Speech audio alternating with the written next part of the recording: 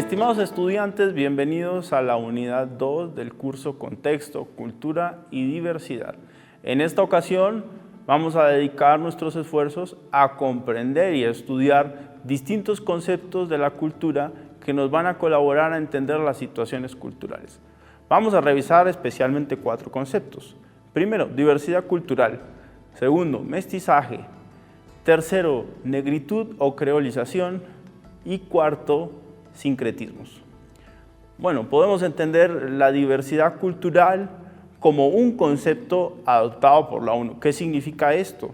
Las sociedades generalmente no son monoculturales. Existen diversos grupos en estas sociedades y la diversidad es no solamente entender y tolerar esos distintos grupos, garantizar que un grupo no se asiente sobre otro, no genere violencias y discriminaciones, pero sobre todo este concepto del cual se apoya mucho en el pluralismo cultural, busca especialmente no solo que las personas se sientan bien, que conserven su identidad cultural, que la compartan ante los demás grupos, sino que saquen réditos, que eso se empiece a valorar como una riqueza en los ámbitos artísticos, culturales, etc.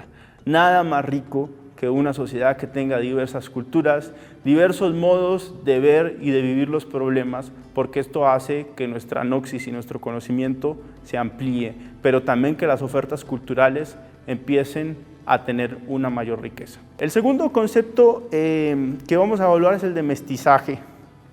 Este concepto es muy interesante porque no solamente tiene que ver con un concepto físico o genómico, es decir, no es solamente el cruce de eso que antes se llamaban las razas, que hoy es un concepto que está muy reevaluado, sobre todo en la genética. Hoy podemos entender que las razas humanas no existen, pero culturalmente sí se pensaron desde allí. Es decir, estos grupos sociales que venían de culturas distintas se entendieron como razas y el mestizaje fue precisamente la unión de esas distintas razas o de esas distintas culturas que tuvieron lazos familiares. ¿Por qué se ha sido mestizaje en América Latina y no en América del Norte? Bueno, pasó una particularidad. Dentro de ellas, la extinción de la población en América Latina gracias a las enfermedades.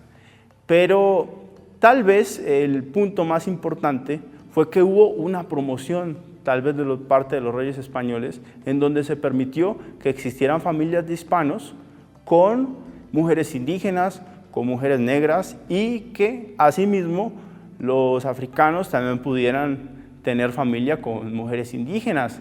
Y eso fue algo muy interesante. Produjo una diversidad cultural impresionante en el continente. Nosotros tenemos 3 troncos grandes, que cuando los examinamos son muchos más troncos. Es decir, si nos vamos solamente por el tronco español, encontramos que la mayoría de los que vinieron aquí tenían descendencia árabe, porque hasta hace muy pocos años, antes de la llegada de los españoles a América, ellos eran un territorio mayoritariamente árabe. Allí estaban los omeyas, y había o existía una población que se adaptó y que vino a las Américas, que todavía hacía parte de esa cultura árabe.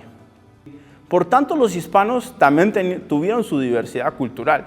Los africanos les pasaba algo similar. Los ilotistas no tomaban, digámoslo así, esclavos solamente de una región del África o de una cultura. Ellos allí tenían también una diversidad cultural y en gran parte una de las técnicas era precisamente mezclarlos. Claro, el contexto era un poco horroroso porque esto hacía que no se entendieran entre ellos por sus distintas lenguas y que también les fuera más difícil escapar o crear rebeliones o revoluciones.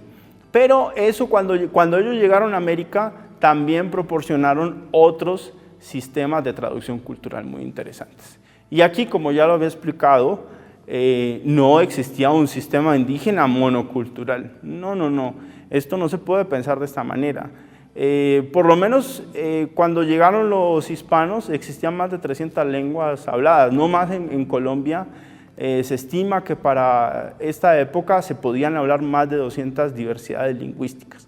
Entonces, hoy tan solo nos quedan 84 con hablantes nativos, pero aún se mantiene en varias partes del territorio americano esta diversidad lingüística y cultural.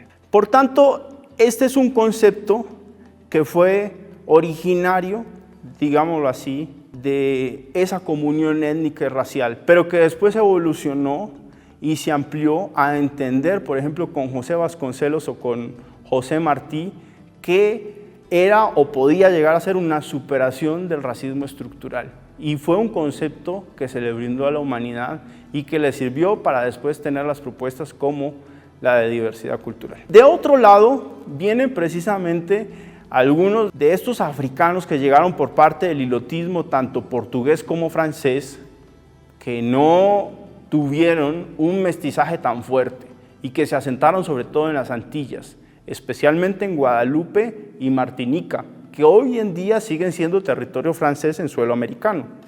Allí aparecieron hombres como Edouard Glissant, Rafael Confiant, entre otros, que empezaron a entender este fenómeno de la negritud como una propuesta cultural particular. Tuvieron cierto miedo de que al hablar de negritud se cayera en cierto esencialismo, pero rápidamente ellos también entendieron que la negritud no era solamente los que venían del África, sino precisamente los que estaban regados en las distintas colonias y que podían conformar una construcción cultural que ellos llamaron la diáspora africana. Estos conceptos son muy interesantes en el ámbito teórico y podemos, digámoslo así, referenciar porque fueron ganancias conceptuales para entender esos diversos procesos de la cultura, porque efectivamente no es lo mismo hablar de creolización que de mestizaje. Allí hay otros procesos que tienen que ver con el desarraigo y con el viaje, que es distinto a lo que nos pasa en América Latina o a lo que le pasó a los indígenas en América Latina, que fue otra cultura que llegó a imponer algunos mandatos. Los africanos deben hablar de diáspora porque hubo desarraigo, porque se los llevaron de África a otros lugares del mundo, pero ellos allí también construyeron dispositivos de cultura que se asentaron y que trajeron algunos elementos de su cultura que fueron combinados en ese territorio, dando culturas particulares. Bueno, otro concepto interesante que podríamos abordar es el de sincretismo. Este hace parte de la antropología y es un concepto que se parece mucho al mestizaje, pero que está en el ámbito religioso. Por ejemplo, sería casi imposible hablar de la aceptación del catolicismo en América Latina si no tenemos un ejemplo como el de la Virgen de la Guadalupe. Cuando vemos por detrás lo que existe de la Virgen de la Guadalupe, encontramos a una divinidad indígena que se llama Tonatzin. Tonatzin era como la Pachamama para los mixtecas.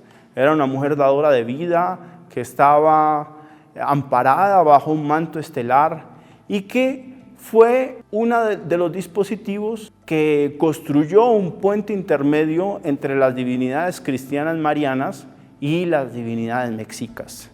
Esto para los mexicanos sigue siendo un símbolo no solamente de paz, sino de reconocimiento de sus valores culturales, y al mismo tiempo fue un puente de traducción entre el catolicismo más europeo y contrarreformista y las tradiciones indígenas. Entonces, encontramos esta serie de procesos que han generado también otros discursos nuevos.